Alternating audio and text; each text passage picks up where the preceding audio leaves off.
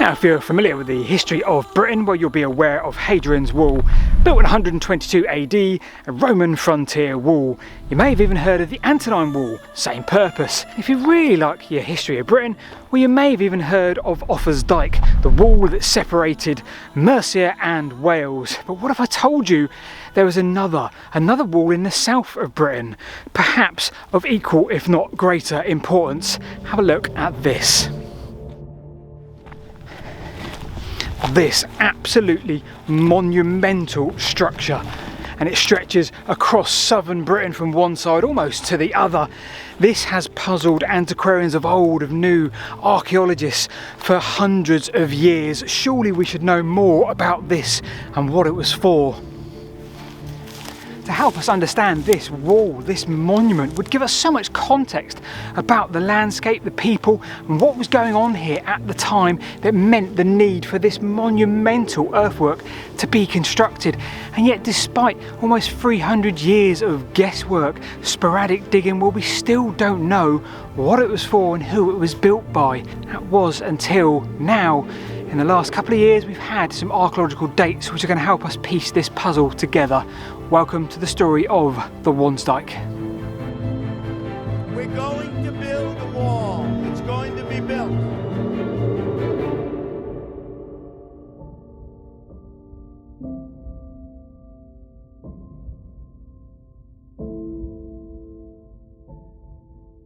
In its physical form that we can observe today, we have 2.5 sections. We have the West Wansdyke stretching from Maze Knoll to southern Bath. This is by far a complete unit and instead is made up of individual sections following a clear route. It's around 15 kilometres long. So we have this section, the eastern section, which I'm exploring today. You're going to see a lot of this. Now this ran from Morgan's Hill, northwest of Devizes, all the way across to South Marlborough in Savernake Forest. That's the absolute definite route, potentially more further on, but these are the earthworks that you can see still remaining today. Now this route is 18 kilometres long and is considered perhaps the most complete section of the sections of the Wansdyke. Now I suggested we had 2.5 sections. I'll come to the half shortly, but first of all, the pressing problem of how do we know that this section here, the eastern section, had the same purpose as the western section? How do we know they were built at the same time by the same people? First and foremost, the configuration of each earthwork is identical. Both have the bank on the south and a ditch on the north, sometimes with a very small counterbank on the north. With that, therefore, we can tell it was built by the people on the south side. Well, secondly, we have its name. Wansdyke, Woden's Ditch, Woden's Dyke. Now we can tell this goes back a long way because it's mentioned in a number of Anglo-Saxon charters, and the first of those was 903 AD. I was going to carry on walking inside the Wansdyke, but at this point I'm going to have to somehow climb up the slippery bank. Okay, I didn't climb it because I was a bit worried about doing damage to it. That leads us nicely to the next question, the main question. When was this built? Because that's the point of the entire video. Because if we understand when this was built, well then that will give us so much context about the people and the lives and the landscape here at the time. We can put this into the history we already know. Just look at the size of the thing, it's absolutely monumental.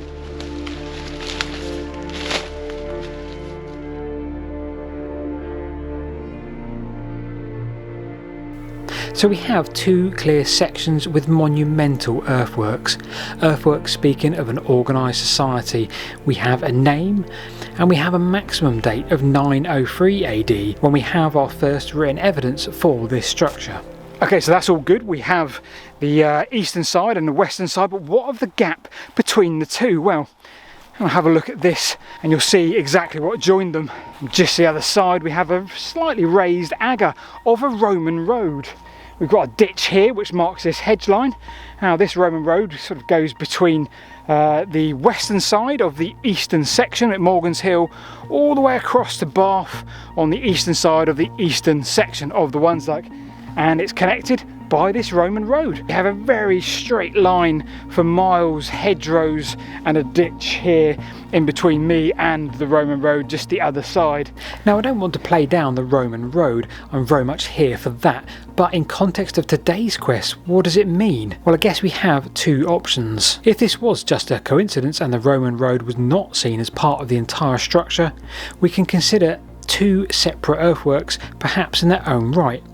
Maybe this low land that the Roman road finds itself on in between was never really travelled in a north-south direction, and the Wansdykes, well, they were there to see off traffic from the Ridgeway, from the north-east, and on the other side, seeing off traffic from the Fossway from the north, respectively.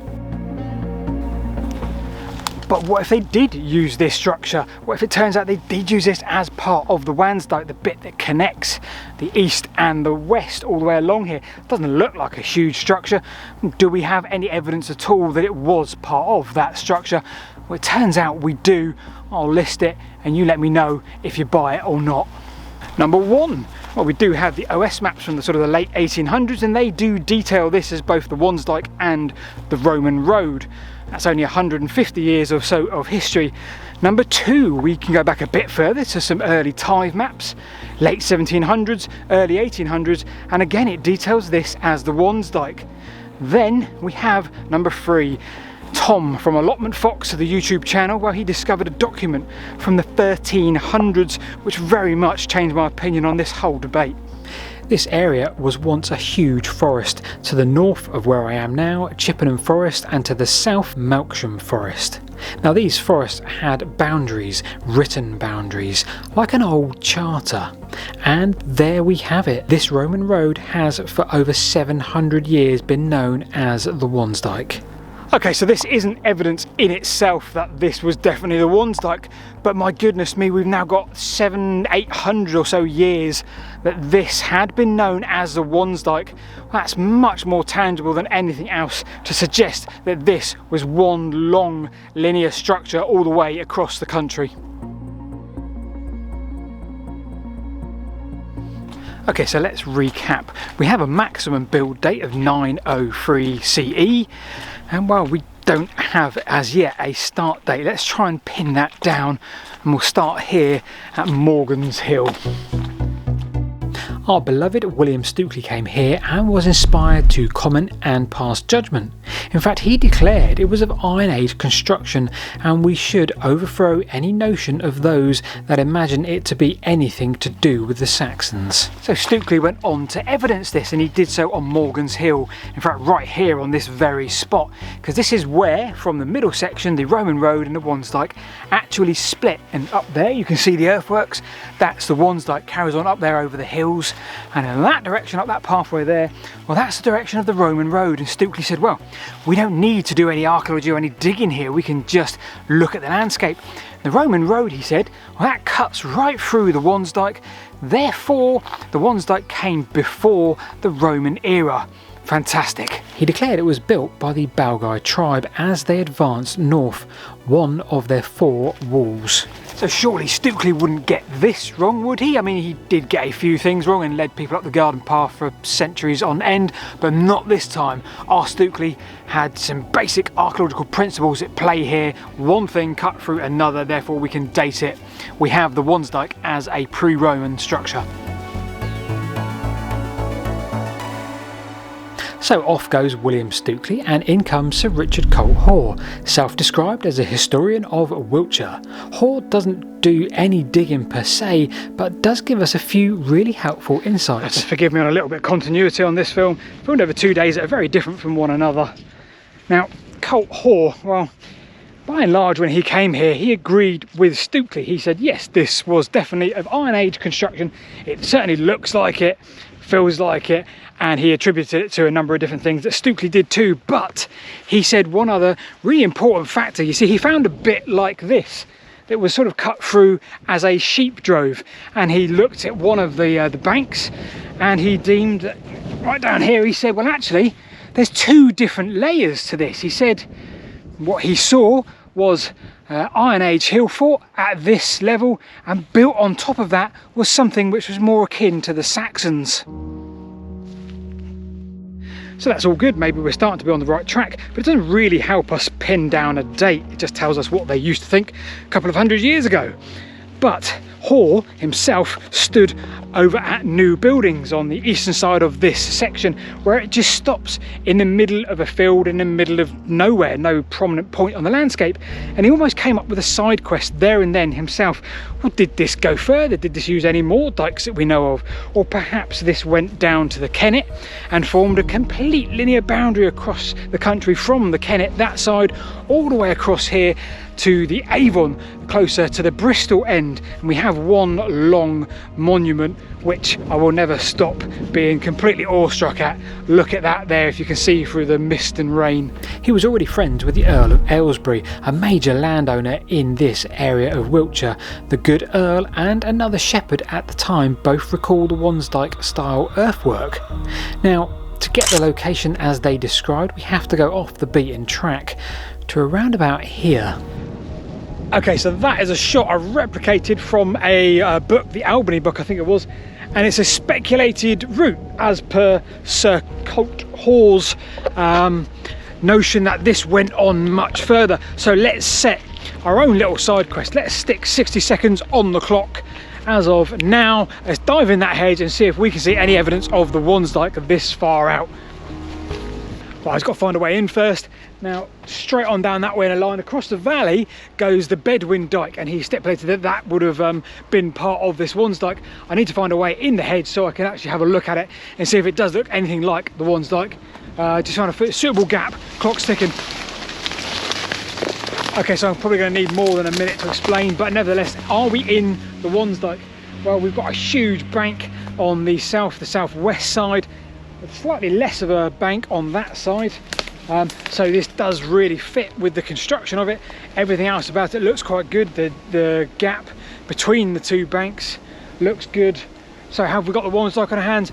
I guess we're never going to know, or we certainly aren't going to know before we do some archaeology on this and some other sections. But I can see why Sir Richard Colt Hoare and others after him speculated that this was the Wansdyke.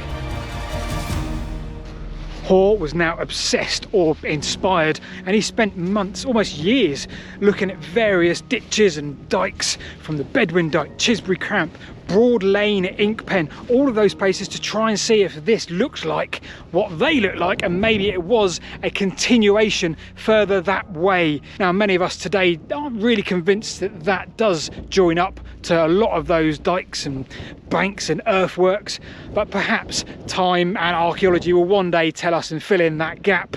For the meantime, let's get back on track.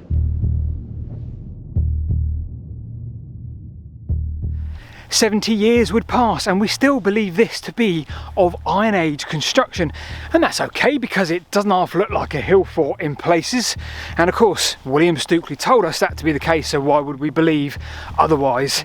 And then in steps Augustus Pitt Rivers. Now, he'd recently become the first inspector of ancient monuments, and he was invited to a dig with A.C. Smith. For the last 100 years or more, they firmly believed this monumental structure was indeed of Iron Age construction. But now, Pitt Rivers and Smith could change this view of the Wansdyke. You see, Pitt Rivers had recently dug at Bockley Dyke, down on the Wiltshire-Dorset borders, and that was very similar in construction to this. Not only that, but Pitt Rivers had also discovered that it was sub-Roman, or at least very late Roman in its date. I love this part of the Wansdyke. It goes on for miles in that direction now. Pitt Rivers, he set up camp at the Bear in Devizes, and each morning he made his way up to here, or just over the other side of that hill, and him and his team dug a 30-foot trench. In that trench they found some Samian pottery and an iron cleat, very similar to what they found over at Bockley Dyke. There was one other thing. He found an enclosure which he felt was early Roman, and here is the kicker. Here is the most important thing from what Pitt Rivers had discovered. So that enclosure, well, he deemed that the Wansdyke cut through that enclosure, and that tells us so much because he also came to here, or back down the hill at Morgan Hill, and he also said that, well, actually the Roman road didn't cut through Wansdyke, the Wansdyke cut through the Roman road. Therefore the Wansdyke came after the Roman road and the Roman era. So right now in real time we can confirm, as did Pitt Rivers at the time, that we are unable to fix a date for the Wansdyke. However, we can at least determine its origins are Roman or post-Roman. There were a few other publications throughout the next 100 years or so, but nothing really helped. There was a lot of speculation, fieldwork and such, including this huge piece of work by the archaeologist Albany Major. We also have a few more digs at the eastern end of the eastern section. That, combined with looking at the modern parish boundaries and their lack of correlation with the dyke, suggested a hypothesis that implied very short-lived usage of the dyke. Whatever the date though, they concluded that in the 1960s that the Wansdyke had achieved its purpose. So clearly walls and ditches and boundaries, or whatever this is, well, it doesn't work well for archaeology because people lived and travelled within their own territory. There would have been no active life here, therefore the archaeology and the finds would be very sparse.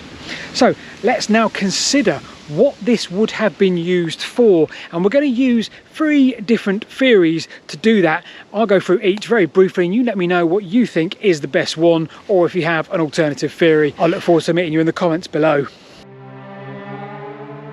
367 AD to 450 AD, Britain versus Britain. Gildas, a 6th century monk from Britain, describes in his writing, in the absence of Rome, weak in beating off the weapons of the enemy but strong in putting up with civil war and the burden of sin. Now this date range sits well with the perspective of the evidence from Pitt Rivers and his conclusions. The builders of the Wansdyke, we know, would have been from the south side, so what remained of those that were established centuries before in the form of the Balgai?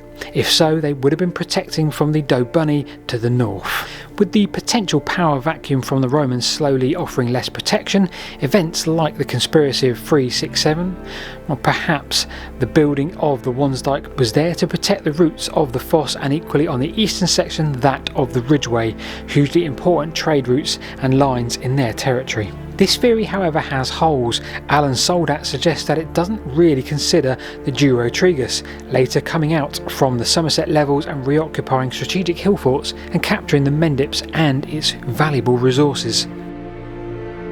Theory number 2. 410 AD to 600 AD, Britons versus the Saxons. Now this date has been discussed a number of times, but we have one significant issue that stops it in its tracks. This structure was built from those in the south protecting themselves in some way from the north, their people, their resources. For the Britons to protect the incoming Saxons, well, this doesn't work.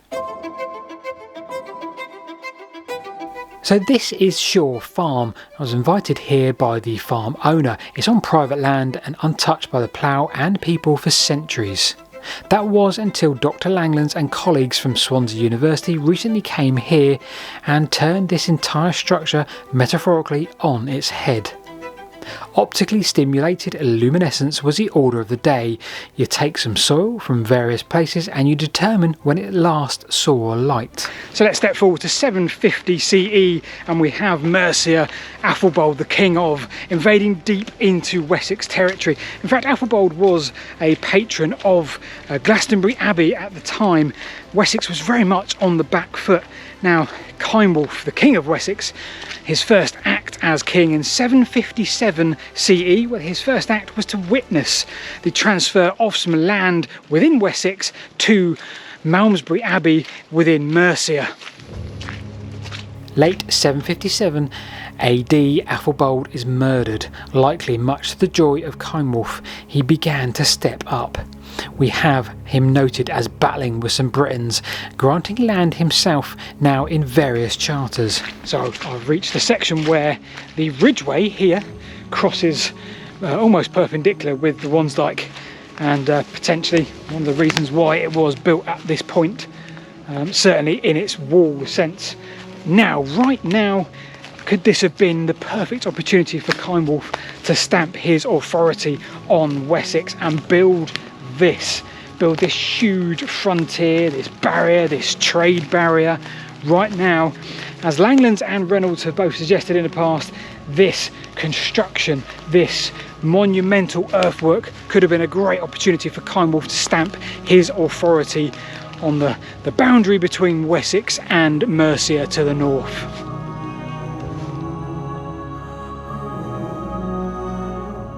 Soldat suggests that the latest point at which this construction could have taken place would have been 779 CE, when Cynewulf and Offa battled at the Battle of Besington.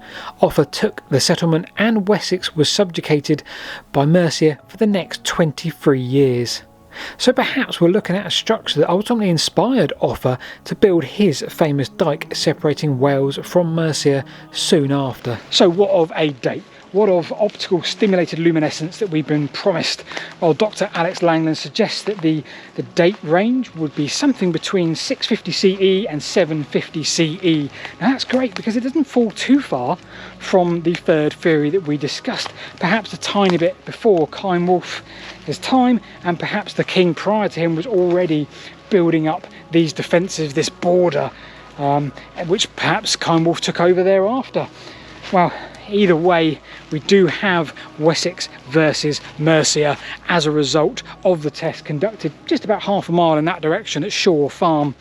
I've been Paul, really appreciate your time. If you want to click on like and subscribe, I'd be really appreciative. See you this time next week.